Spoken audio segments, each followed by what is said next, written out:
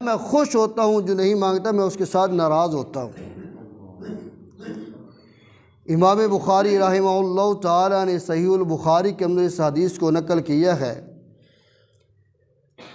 کہ جب آدھی رات کا وقت ہوتا ہے، تہجد کا ٹائم ہوتا ہے، تو اللہ آسمان دنیا پہ آئے ہوتے ہیں۔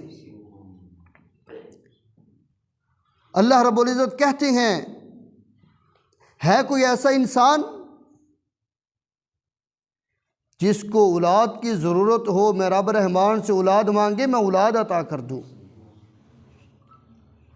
وہ کتنا بدبخت اور بد نصیب انسان ہے جس کو اللہ اولاد عطا کرے اور وہ گولیوں کے ساتھ اس کو مار دے۔ ہے کوئی ایسا انسان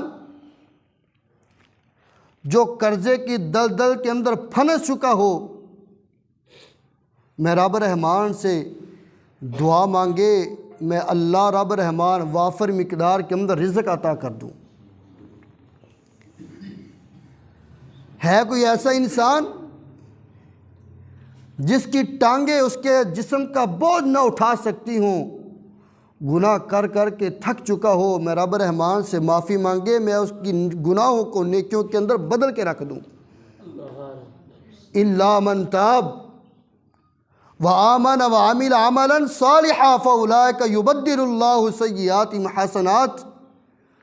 میں رب رحمان سے معافی مانگے، میں گناہوں کو نیکیوں کے اندر تبدیل کر کے رکھ دوں، مجھے کون ہے پوچھنے والا۔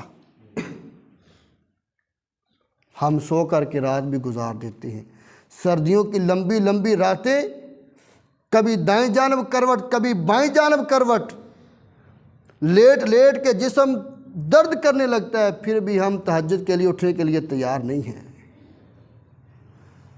اللہ آسمان دنیا پہ آئے ہوتے ہیں، ہمیں آوازیں دے رہے ہوتے ہیں، ہم سو رہے ہوتے ہیں۔ کوئی ایم این اے ہو نا، ایم پی ہو یا آپ ڈی پی او سمجھ لیں،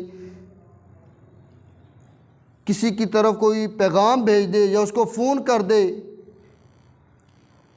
تو وہ کپڑوں سے باہر ہو رہا ہوتا ہے کہ مجھے اس نے فون کر دیا، ایم پی اے کی کال آئی ہے، مجھے ڈی پی او کی مجھے کال آئی ہے، آج میں بہت خوش ہوں۔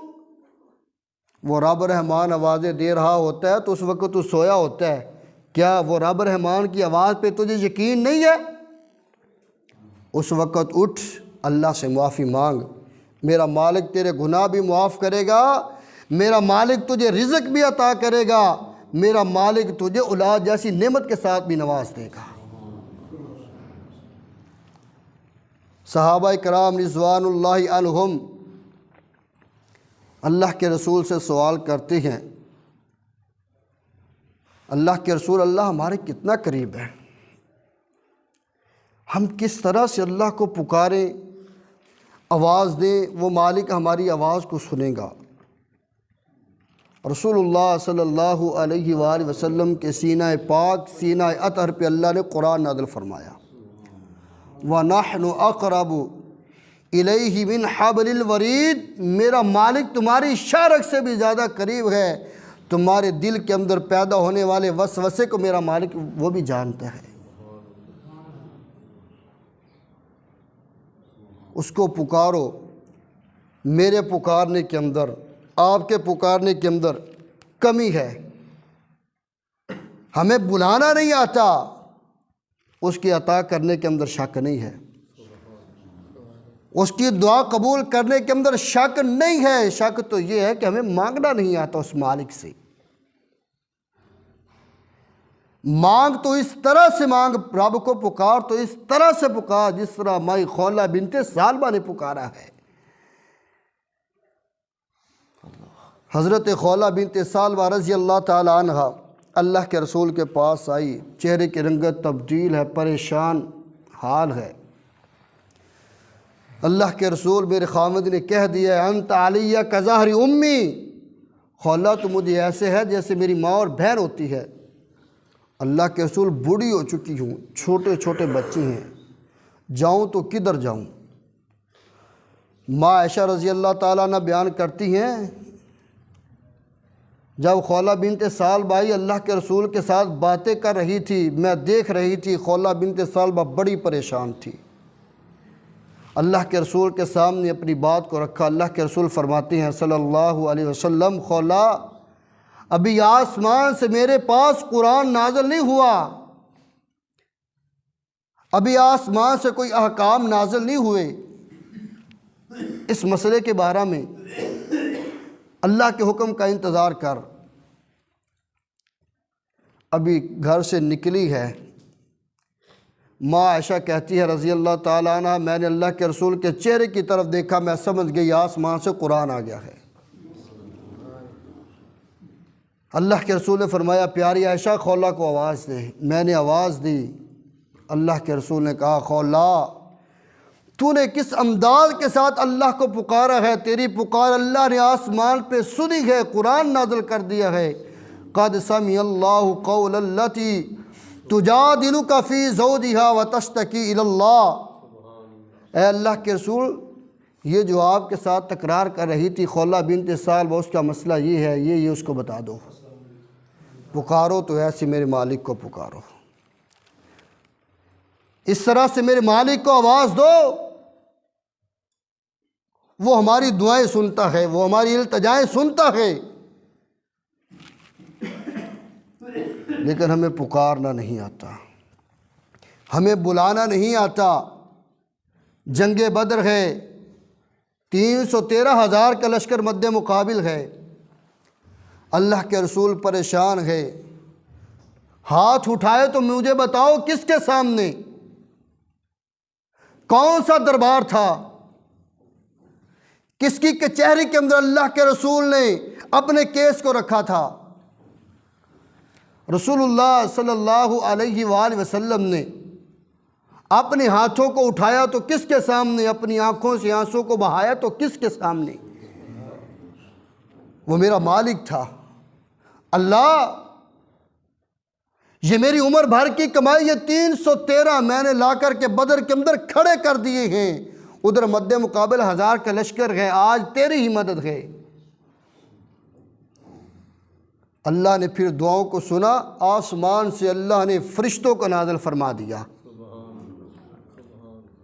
کندھہ مبارک سے اللہ کے رسول کی چادر مبارک نیچے گر رہی ہے، حضرت ابوبکر صدیق آئے رضی اللہ تعالیٰ عنہ، اللہ کے رسول بس کر دیجئے، اب تو مجھے لگتا ہے آسمان سے فرشتے بھی آ گئے ہیں،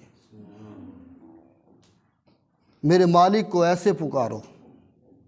وما قدر اللہ حق قدرہ، ہم نے اپنے رب کی قدر ہی نہیں کی جس طرح قدر کرنے کا حق تھا۔ نام کیا مسلمان ہوں میں، کبھی کسی در، کبھی کسی در، کبھی در بدر، واغم عاشقی تو نے کہاں کہاں پھرا دیا۔ جب مالک کا در چھوڑا ہے، جب اس مالک کو چھوڑا ہے تو پھر در در کے بھکاری بن چکے ہیں، کبھی کس در پار پہ تو کبھی کسی در پار پہ، کبھی کسی قبر پہ تو کبھی کسی قبر پہ۔ جو رب سے مانگتا ہے وہ رب تعالیٰ کسی در پار پہ انسان کو پھر جانے نہیں دیتا۔ جب بھی پکارنا ہے تو کس کو؟ اللہ کو پکارنا ہے۔ جب بھی ہاتھوں کو اٹھانا ہے تو کس کے سامنے؟ اللہ کے سامنے اپنے ہاتھوں کو اٹھانا ہے۔ جبین نیاز رگڑنی ہے تو کس کے سامنے؟ میرے اللہ کے سامنے۔ میرے اللہ کے علاوہ نہ ہماری کوئی دعائیں سن سکتا ہے اور نہ ہی ہمیں اور کوئی عطا کر سکتا ہے۔ وہ میرا مالک ہے، جس کو چاہے بیٹے ہی بیٹی عطا کر دے، جس کو چاہے بیٹی ہی بیٹی عطا کر دے، جس کو چاہے کچھ بھی عطا نہ کرے، وہ میرے مالک کی مرضی ہے۔ جناب یونس پیغمبر علیہ السلام مچھلی کے پیٹ کے اندر ہیں، مچھلی کے پیٹ کے اندر پکارا تو کس ذات کو؟ اللہ کو پکارا۔ ابراہیم پیغمبر علیہ السلام نے چیخا کے اندر پکارا تو کس ذات کو پکارا؟ اللہ کے رسول نے بدر کے اندر پکارا تو کس کو پکارا؟ ایک اللہ کی ذات کو پکارا۔ قرآن مجید فرقان حمید نے بھی یہی کہا ہے، جب بھی پکارو تو ایک اللہ کو پکارو۔ وَإِلَٰهُكُمْ إِلَٰهٌ وَاحِدٌ، وہ اکیلا ہے، اس کا کوئی ثانی نہیں ہے۔ جب بھی اپنے ہاتھوں کو اٹھاؤ تو ایک اللہ کے سامنے، کسی اور کے سامنے نہ اٹھاؤ۔ ایک واقعہ ہے فیصل آباد کا، ضیاء حدیث کے اندر وہ واقعہ آیا تھا۔ ایک خاتون تھی جس کو کمر کا مسئلہ تھا، فیصل آباد کے اندر ایک ڈاکٹر کے پاس لے کر کے گئے۔ ڈاکٹر کی فیس بھی زیادہ تھی، رش بھی زیادہ تھا، چیک نہ کروا سکے، واپس آ گئے۔ وہ بڑھیا خاتون چارپائی کے اوپر لیٹی ہے، اللہ سے دعائیں کرتی رہتی تھی، میرے مالک میرے لیے کوئی آسانی فرما دے، میرے لیے کوئی آسانی فرما دے۔ اب دیکھیے اس بڑھیا خاتون کے اللہ نے دعا کو کیسے قبول کیا ہے۔ ڈاکٹر صاحب نے بھی کہیں جانا تھا، وہ فیصل آباد سے گاڑی نکال کے نکلا، جا رہا تھا جس گاؤں کے اندر وہ بڑھیا خاتون رہتی تھی۔ جب اس گاؤں کے سامنے اس کی گاڑی آئی، بارش بھی بہت تیز اور ہوا بھی بہت تیز، گاڑی کو روک کر کے اسے گھر کے اندر، کسی گھر کے اندر جانا پڑا۔ گاڑی کو روکا، وہ ایک گھر ہی قریب تھا، اس گھر کے اندر چلا گیا۔ جب گھر کے اندر پہنچتا ہے دیکھتا ہے کہ بڑھیا خاتون ہے، درد سے اس کی آوازیں نکل رہی ہے۔ پوچھا کیا بات ہے، خیریت ہے اس بڑھیا خاتون کو؟ کہا اس کو کمر کا مسئلہ ہے، فیصل آباد کے اندر فلاں ڈاکٹر تھا، اس کو دکھانے کے لیے گئے تھے، اس کی فیس بھی زیادہ تھی، رش بھی زیادہ تھا، ہم دکھا نہیں سکے تو واپس لے آئے ہیں، اس کو تکلیف ہے۔ نام کیا تھا؟ فلاں نام تھا۔ بس یہی کہتی رہتی، اللہ میرے لیے کوئی آسانی فرما دے، میرے لیے کوئی آسانی فرما دے۔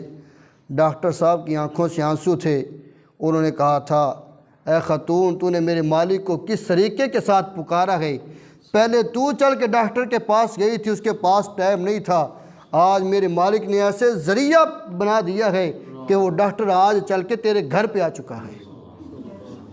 جب میرے مالک کو خالص ہو کر کے پکارو گے تو جن کے پاس آپ جاتے ہو وہی آپ کے گھر آئیں گے، جب خلوص سے دل سے میرے مالک کو پکارو گے۔ اس لیے تہجد کے وقت اٹھا کرو، اس مالک سے معافی مانگا کرو، اس مالک سے ڈرا کرو، وہ غفور الرحیم ذات ہے، وہ معاف کرنے والی ہے۔ اللہ میں سمجھ عطا فرمائے، کتاب و سنت کا پابند بنائے۔ جنریٹر تے اپنا پھر بھی نہیں آیا، چلو ٹھیک ہے۔